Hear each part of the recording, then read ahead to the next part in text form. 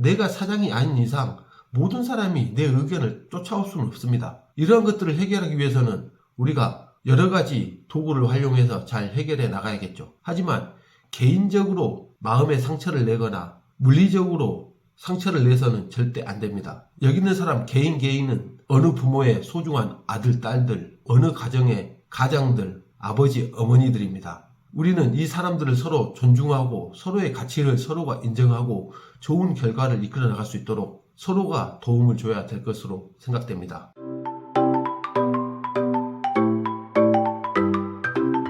안녕하세요. 중견기업공장장 중견장입니다. 직장이라는 게 서로 다른 사람들이 모여서 하나의 목표를 가지고 일을 해 나가는 곳이기 때문에 상당히 많은 일들이 발생을 합니다. 서로의 생각과 목표도 조금씩 다르고 위치도 다르고 그러면서 많은 다툼이 발생하기도 하죠.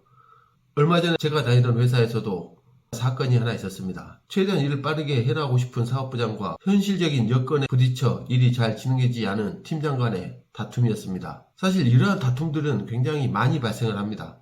하지만 우리가 이렇게 다툴 때 어떻게 다퉈야 하는지 한번 생각을 해봐야 할 것입니다.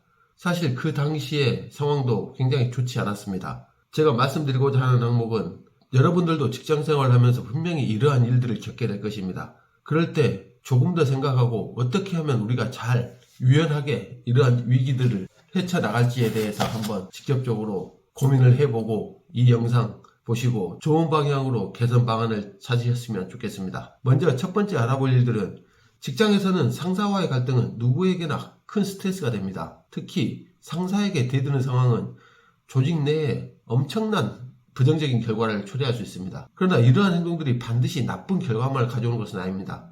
그래서 이 영상에서는 상사에게 대드는 것이 과연 나에게 어떤 영향을 미치고 이러한 상황을 어떻게 현명하게 다룰 수 있을지에 대해서 생각해 보도록 하겠습니다. 먼저 직장 상사에게 대들었을 때 우리가 받는 악영향들입니다.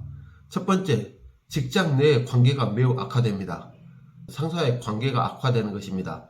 이는 직장 생활의 전반적인 분위기에 정말 큰 영향을 미칩니다. 예를 들어 이 싸움이 개인적인 공격으로 받아들일 경우 그 사람의 업무는 진행되기 매우 어려울 것입니다. 모든 결제 하나하나, 개인적인 연차 및 개인적인 실수들, 이 모든 것 하나하나가 절대 용서되지 못할 상황으로 받아들이게 되는 거죠.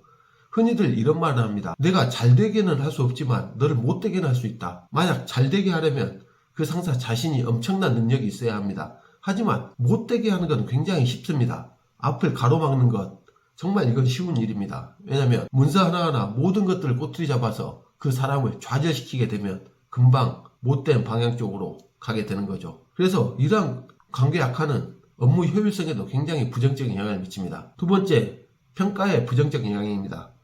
직장 내에서 자기의 상사는 인사평가를 맡는 경우가 대부분입니다. 그리고 그 상사는 그 위의 상사와 연결되어 있기 때문에 굉장히 많은 영향력을 행사할 수 있죠. 그리고 직접적으로 연말에 인사고과를 줄 때도 그 싸웠던 당사자에게 많은 손해를 안겨줄 수 있습니다. 물론 사람이 굉장히 관대하고 마음이 넓어 포용력이 높다면 그 전에 다 잊어먹을 수 있겠죠. 하지만 그렇지 않습니다. 제가 겪었던 어떤 상사는 물론 저도 철 없었을 때 그 상사와 약간의 다툼이 있었습니다. 하지만 그게 거의 6개월, 결국에는 그 사람이 퇴사하기 전까지 쉽게 풀어지지 않더라고요. 그래서 이 직장 상사와의 싸움은 장기적으로 커리어 발전에 큰 영향을 줄 수 있습니다. 세 번째, 업무 배정의 불이익입니다. 상사와의 업무 배정에서도 불이익을 발생시킬 수 있습니다. 상사가 중요한 프로젝트에 자기를 빼고 참여를 시킨다거나 정말 큰 일이 눈에 보임에도 불구하고 자신에게는 자꾸 하찮은 일만 주는 경우도 생길 수 있습니다.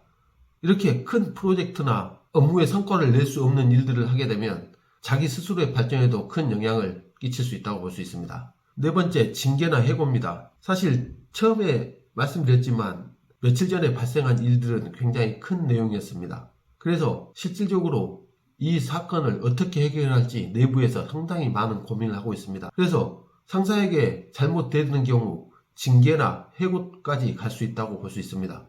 방금 전에 말씀드렸지만 상사는 그 위의 상사를 만나고 그 위의 상사는 또 그 회사의 부사장이나 대표와도 연결되어 있습니다. 만약 싸움이 발생하면 그 상사가 윗사람에게 좋은 말들을 해줄 수 있을까요? 최대한 불이익을 갖게 하기 위해서 많은 노력을 할 것입니다. 곧바로 징계나 해고, 또는 부서 발령들까지 모든 할 수 있는 것들을 다 동원해서 불이익을 줄 수 있습니다. 다섯 번째, 팀 분위기 저하입니다.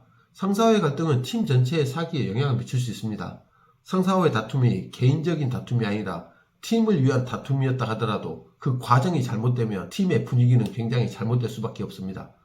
팀원들도 만약 팀장이 상사와 싸웠다면 어느 정도 마음속으로나마 응원을 해줄 수 있을 것입니다. 하지만 그런 것들은 다 마음속의 일들이고 그 팀 분위기, 회사 내에서는 굉장히 안 좋아질 수 있을 것 같습니다. 그리고 이러한 다툼들이 내부에서 종결이 된다면 큰 영향이 없지만 외부 사업부장과의 다툼이 발생하면 그 팀은 협업이 굉장히 어려워질 수도 있을 것입니다.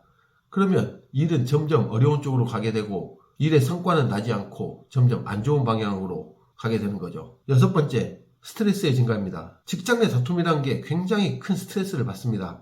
스트레스는 다툼 당시에도 다툼이 끝난 이후에도 지속적으로 우리를 괴롭힙니다. 그리고 이런 것들은 개인 생활에까지 영향을 미칠 수 있습니다. 상사와의 갈등이 지속되면 스트레스가 만성화되어 신체적으로, 정신적으로 굉장히 건강에 부정적인 영향을 미칠 수 있습니다. 이렇게 해서 상사와 다퉜을 때 나타날 수 있는 문제들, 직장 내 관계가 악화되고 평가에 부정적인 영향을 받을 수 있으며 업무 배정에 불이익을 받을 수도 있고 징계나 해고를 당할 수도 있는 그러한 다툼들, 또 그로 인해 팀 분위기가 저하되고 스트레스까지 증가되는 이런 다툼을 과연 우리는 어떻게 하면 잘 조화롭게 접근할 수 있을지에 대해서도 한번 말씀드려 보도록 하겠습니다.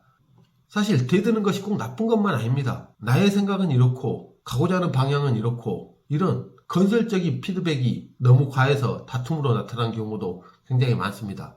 그래서 이러한 것들은 적절한 방식으로 상사에게 전달하는 게 좋을 것 같습니다. 갈등 해결을 위해서 다음과 같이 한번 접근해 보시는 것도 적극 추천드립니다. 첫 번째, 감정을 자제하고 냉정하게 대하는 것입니다. 사실 다툼 자체는 나중에 생각해 보면 이렇게 크게 다툴 문제인가라고 생각이 드는 경우가 굉장히 많습니다. 그 상황, 그 시간만 지나가서 밖에 나가서 크게 한숨 한번 쉬면 자연스럽게 다음 방법이 떠오를 수도 있습니다. 그래서 그 당시에는 최대한 마음을 억누르고 감정이 수그러든 뒤에 다시 한번 접근해 보는 것도 좋을 것 같습니다. 두 번째, 적절한 시간과 장소입니다. 다툼은 발생할 수 있습니다. 하지만 그 장소가 나 포함해서 내 밑에 부하 직원, 생산팀, 생산 인원들, 그다음 위의 상사, 그 위의 상사 이렇게 공개적인 자리에서 다툼을 하는 건 정말 관계에 치명적인 영향을 미칠 수 있습니다. 그래서 정말 시간 초를 다투는 일이 아니라면 그 자리에서 벗어나 조용한 개인적인 시간을 갖고 이리저리 이러한 사항 저러한 사항들을 상사에게 어필해 보는 게 맞을 것 같습니다.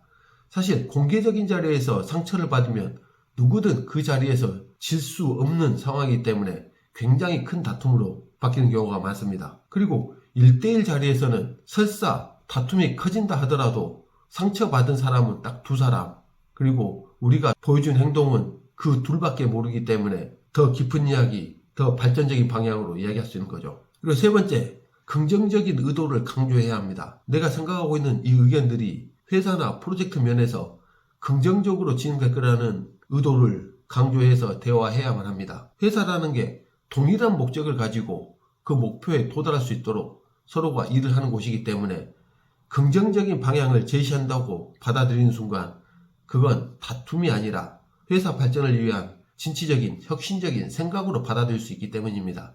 그래서 긍정적인 의도를 지속적으로 강조하고 나는 이 일을 하기 위해서 당신의 도움이 필요합니다 라는 쪽으로 접근해 보시는 게 좋을 것 같습니다. 네 번째, 중재자의 활용입니다. 두 사람의 다툼이 해결되지 않을 것 같은 경우에는 옆에서 중재자가 필요합니다. 중재자라는 것들은 참 많습니다. 회사의 시스템적으로 보면 인사팀을 통해서 중재를 할 수 있지만 사실 우리는 그렇게 인사팀을 잘 활용하지 않습니다.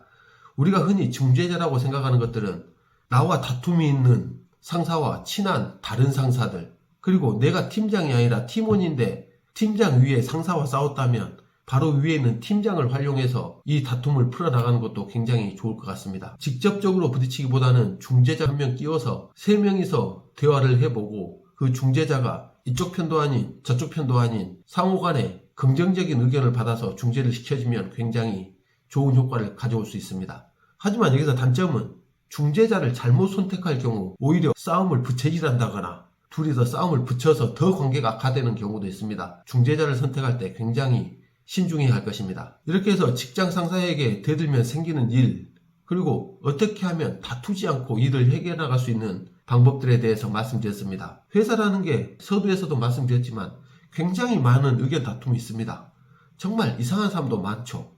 내가 사장이 아닌 이상 모든 사람이 내 의견을 쫓아올 수는 없습니다. 이러한 것들을 해결하기 위해서는 우리가 여러 가지 도구를 활용해서 잘 해결해 나가야겠죠. 하지만 개인적으로 마음의 상처를 내거나 물리적으로 상처를 내서는 절대 안 됩니다. 여기 있는 사람 개인은 어느 부모의 소중한 아들, 딸들, 어느 가정의 가장들, 아버지, 어머니들입니다. 우리는 이 사람들을 서로 존중하고 서로의 가치를 서로가 인정하고 좋은 결과를 이끌어 나갈 수 있도록 서로가 도움을 줘야 될 것으로 생각됩니다. 부디 현명한 직장생활 하기 바라며 지금까지 중견기업공장장 중견장이었습니다. 좋아요, 댓글, 구독, 알림 설정은 영상을 만드는데 많은 도움이 됩니다. 오늘도 즐거운 하루 보내십시오.